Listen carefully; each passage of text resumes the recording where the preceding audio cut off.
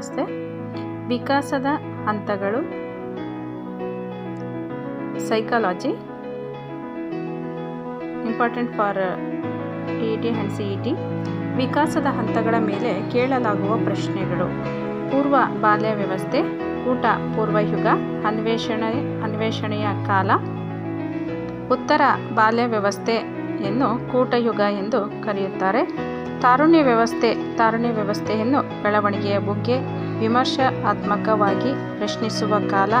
ವಸಂತ ಕಾಲ, ಪ್ರಯಾಸದ ಕಾಲ, ಸಂಕ್ರಮಣ ಕಾಲ, ನಾಯಕತ್ವದ ಪೂಜೆಯ ಕಾಲ ಎಂದು ಕರೆಯುತ್ತಾರೆ.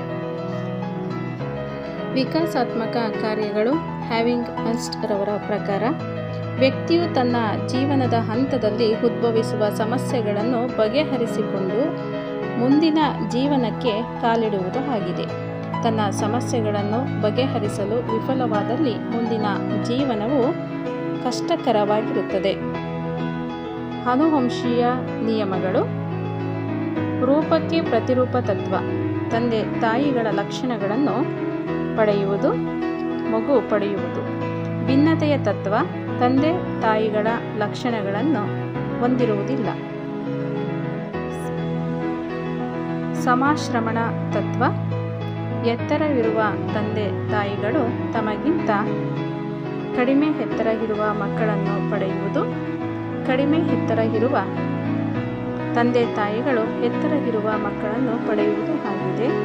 ಇದು ಸಮಾಶ್ರಯಣ ತತ್ವವಾಗಿದೆ. ಶಿಶು ಕೇಂದ್ರಿತ ಶಿಕ್ಷಣಕ್ಕೆ ಆದ್ಯತೆ ನೀಡಿದ ಶಿಕ್ಷಣ ತಜ್ಞರು.